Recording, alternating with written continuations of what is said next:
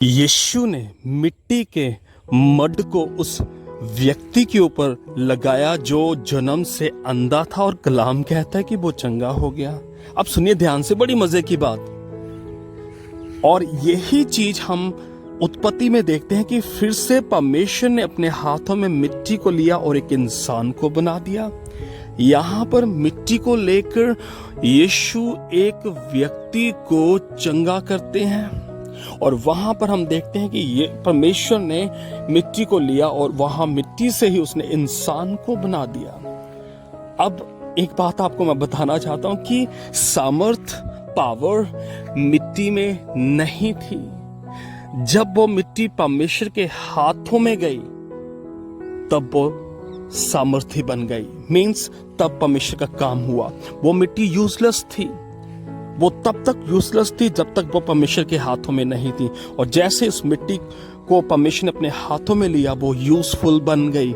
यानी कि परमेश्वर ने उसके द्वारा भी अपना काम कर दिया। अब मैं इन दोनों इंसिडेंसेस को क्यों जोड़ने की कोशिश कर रहा हूं कि वहां पर परमेश्वर ने मिट्टी को लिया, इंसान को बना दिया, और यहां पर परमेश्वर ने मिट्टी से एक अंधे व्यक्ति को, जो जन्म से अंधा था, जन्म से वो देख नहीं पा रहा था, उसे चंगा कर दिया। यहां पर हमें सीखने को क्या मिलता है कि एक हमें इशारा मिलता है, एक हमें इंडिकेशन मिलता है कि परमेश्वर एक क्रिएट करने वाला परमेश्वर है। He is a creator. वो रचना करने वाला परमेश्वर है। वो चाहे मिट्टी से इंसान बना सकता है और वो चाहे मिट्टी से किसी को चंगा कर सकता है। Means he is a creator. वो एक रचना करने वाला परमेश्वर है। और इनकरेजमेंट हमारे लिए यहाँ पर क्या है कि अगर वो यूजलेस मिट्टी को अपने काम के लिए इस्तेमाल कर सकता है, आप और मैं उससे बढ़कर हैं। आप और मैं उससे बढ़कर हैं।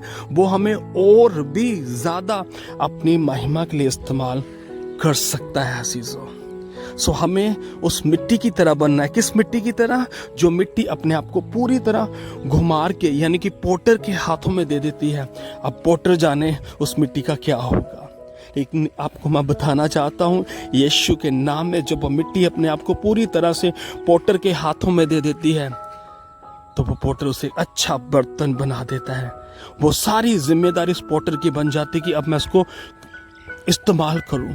और जब हम अपने आप को पूरी तरह से मिट्टी की तरह अपने आप को परमेश्वर के हाथों में दे देते हैं तो परमेश्वर की रिस्पॉन्सिबिलिटी बन जाती है कि वो हमें अपने काम के लिए इस्तेमाल करे। परमेश्वर इन वचनों के द्वारा आपको बेहद ब्लेस करे। सभी को जय मसीह की।